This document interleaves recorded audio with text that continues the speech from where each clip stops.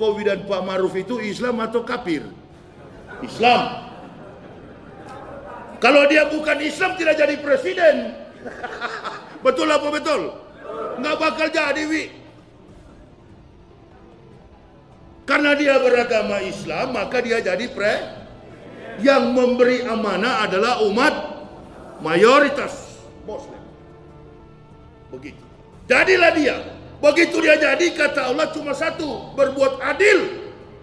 Sebagaimana Allah telah menciptakanmu, demikian kamu akan kembali kepada Allah. Nah ini, kita tidak tahu sesuatu yang paling pasti dalam kehidupan kita.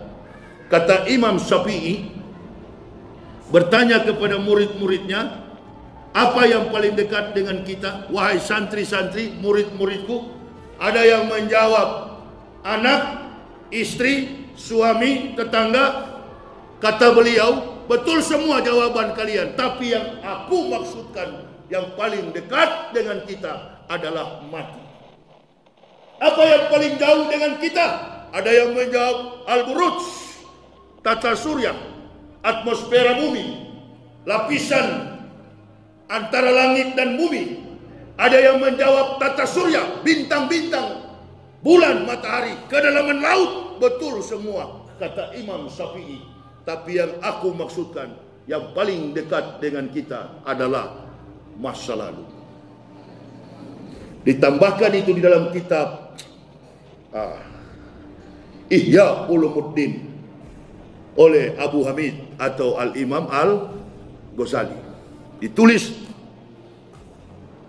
Allah perintahkan dua malaikat menjemput dua makhluk manusia. Satu bergelar raja, satu bergelar ahli ibadah. Ini kita simpan permasalahan ini menjadi bekal kita berjalan selama Ramadan. Jadi penguat dalam kehidupan kita. Mau tahu apa kita? Entah saya pribadi atau di antara ibu bapak, begitu kita keluar masjid, tiba di rumah, belum sampai sahur subuh nanti sudah dipanggil oleh malaikat maut. Itu yang paling pasti dalam kehidupan kita. Itu yang paling dekat. Mengingat-ingatkan kepada pejabat-pejabat kita. Sudah terlalu lebar kezaliman yang terjadi di negara ini. Di bulan Ramadan ini, ada pejabat ngomong tadi, supaya bersilaturahmi antar partai. Percuma. Ini orang-orang ini percuma. Karena mereka bukan Islam. Mereka PKI. Nah, bilang apa? Nama-nama Islam, KTP beragama Islam, jiwanya jiwa PKI, komunis. Jadi percuma, nggak bisa. Kita masyarakat Muslim ini jangan terlalu bodoh lah, mau ditipu. Ya, saya ini bekas manusia paling ular di atas ular dulu, kafir. Ya, jadi antum belum tahu munafik, saya sudah ahlinya di situ. Tahu saya, ini munafikun, ini bukan. Karena itu saya sudah ahli di bidang itu. Diutuslah malaikat maut datang kepada seorang sosok raja yang zolim, raja yang lalim, raja yang tidak sayang kepada rakyatnya. Di tengah tempikan sorak masyarakat kaum kerajaan, datanglah laki-laki tua mengenakan jubah yang compang-camping, kulitnya penuh dengan borok, bisu dan luka. Berteriak kepada raja, wahai raja, tolong condongkan kepalamu, ada hajat yang hendak saya sampaikan. Kata raja, hei, kau orang kurus kering, kau tidak punya harga apa-apa. Tidak kau tahu bahwa saya ini raja? Saya di atas tunggangan kuda dengan dikawal oleh beberapa prajurit berperawakan baik. Singkirkan manusia hina ini. Disingkirkan. Karena orang ini meminta terus, akhirnya raja menyerahkan kepalanya. Tunduk. Memalingkan ke arah kiri, silakan bisik apa hajatmu. Orang tua ini membisikkan di kuping sang raja, saya adalah malaikat maut. Bingung raja, pucat seperti kertas tisu ini. Tolong berikan saya 10 minutes. 10 menit saja saya selesaikan urusan saya di kerajaan. Kata malaikat, I'm sorry my friend, it's too late. Sudah terlambat kawan. Tumbang dari atas kuda, mati dengan cara sekejap mata. Tumbang, berjalanlah malaikat maut ini pergi menyusuri sungai, menapaki lembah, menaiki gunung, menggedor pintu seorang miskin yang papa yang sudah ditinggalkan istri dan anaknya. Tinggallah seorang diri di gubuk reot, digedor pintu, assalamualaikum. Tidak terdengar balasan suara, hanya terdengar percikan air. Ternyata yang punya rumah sedang berwudu. Menggedor ketiga kali, menyautlah orang dari dalam, waalaikumsalam warahmatullahi wabarakatuh. Siapa gerangan di luar? Masuklah malaikat maut, memproklamirkan dirinya, saya adalah malaikat maut. Yang punya rumah katakan, kenapa baru datang? Sudah lama saya tunggu. Sudah lama saya tunggu kedatanganmu malaikat maut. Segeralah cabut nyawa saya. Kata malaikat maut, sabar dulu kawan, kita ke dalam dulu, kita ngopi dulu. Nah, ini sebenarnya dari tadi saya sudah datang di masjid ini, kopi yang tidak ada. Ibu bapak, iya tahu ini baru ada. Ibu bapak tahu saya sudah datang dari tadi. Ada ustadz ceramah saya dengar. Ustadznya baca itu mana soma Ramadana imanan waqti syahban ghufrallahi ma taqaddam min zanbih. Saya dengar dari sebelah belakang situ ustadz ceramah. Yang bohong-bohongi sama saya. Saya sudah datang. Ya, pengurus masjid pun tahu saya datang, tapi dia kunci pintu belakang. Itu nanti masuk pun mudah-mudahan dia ketemu malaikat maut. Insya Allah, amin. Nah, supaya jadi pukulan, jangan pucat. Itu sifat munafik. Nah, iya ya. Coba kalau yang datang pejabat, oh cepat sekali itu. Oh, yakin saya. Kita ketawa-ketawa. Bagaimana kita puasa? Pikiran hati kita nggak bersih. Mulut saja kita menahan tidak makan dan minum. Hati belum bersih. Mari kita operasi satu persatu. Iya, supaya berjumpa malaikat nggak takut-takut. Andaikan saya tadi Joko Widodo, nah ada lagi kesempatan, terbungkuk-bungkuk biar Maruf Amin. Ini kan pengalaman kita, ya. Sedangkan ulama saja terbungkuk-bungkuk, apalagi ente.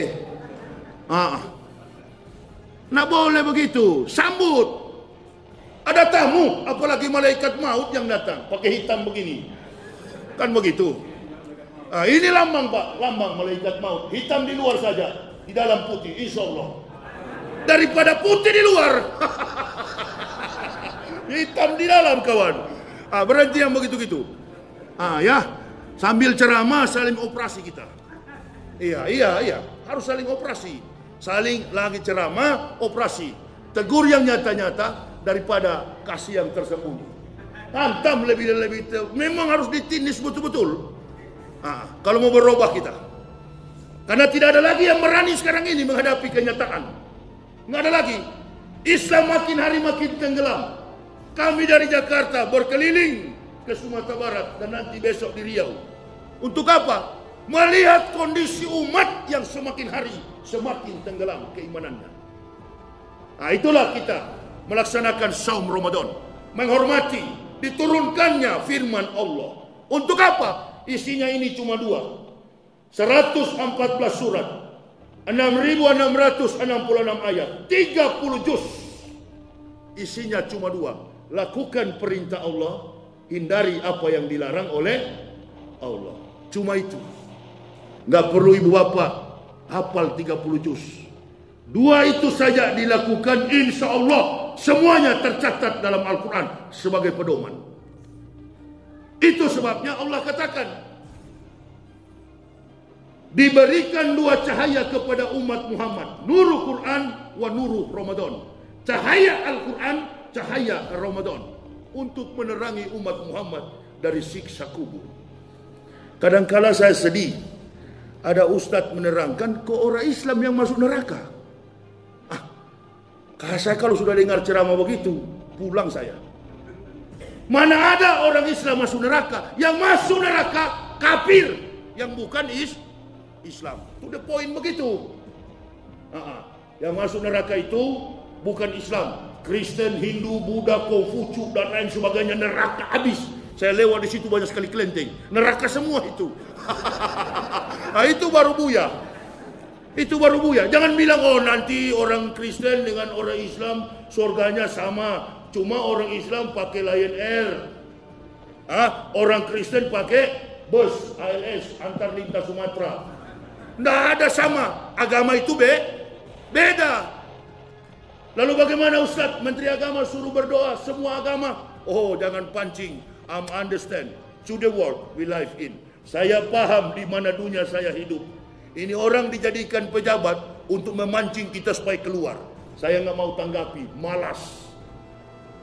Ini pancingan-pancingan begini, saya nggak bakal tanggapi. Silakan, kita umat Islam diselamatkan bukan karena doa. Kita umat Islam diselamatkan karena iman kepada Allah. Qad aflahal man tazakka wa zakara rasma rabbih fasalla bal tusilunal hayatad dunya wal akhiratu khairu wa abqa. Kita diselamatkan karena iman dan amal soleh. Urusan kalian mau berdoa, di Islam tidak seperti agama saya dulu, agama Kristen ada juru selamat. Di Islam tidak ada juru selamat. Cari selamat masing-masing. Sedangkan selamat belum tentu selamat.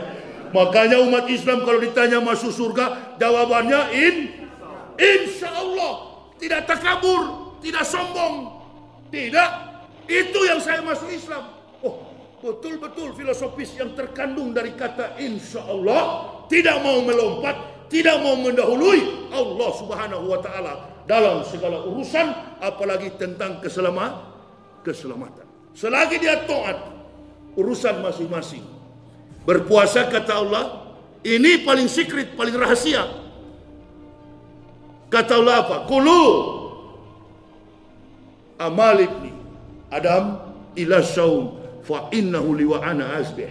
Kata Allah, semua amalan anak cucu Adam untuk dirinya sendiri, solat, sedekah, hanya satu kata Allah yang aku berikan, illa saum lahu illa saum, kecuali puasa. Karena ini hanya Allah yang tahu ni orang puasa atau tidak.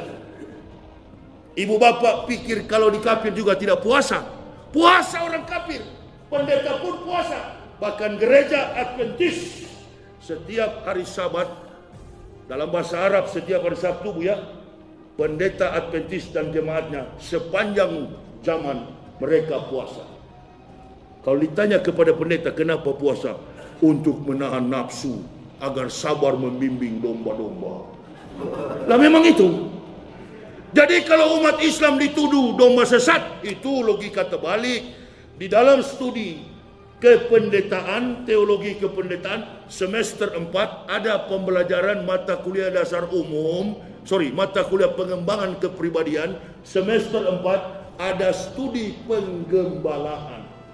Jadi pendeta itu sebut gembala. Berarti domba-dombanya siapa? Umat Kristen. Nah ini mualaf mesti jelaskan. Tidak ada jemaah bilang, Ustaz kami dituduh domba sesat.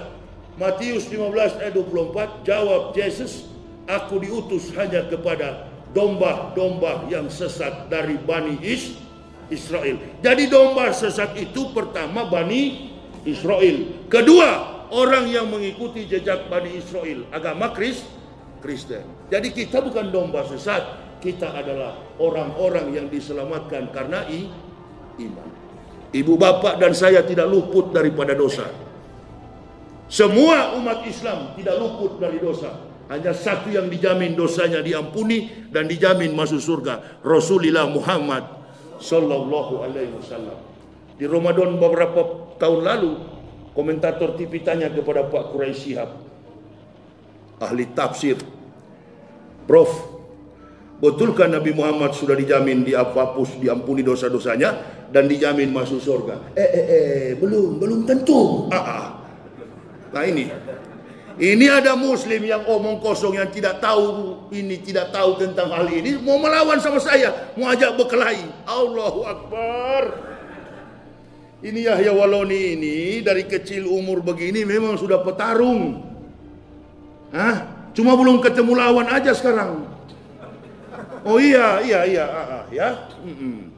Tidak mungkinlah berani tanpa ada pukulan, kan begitu.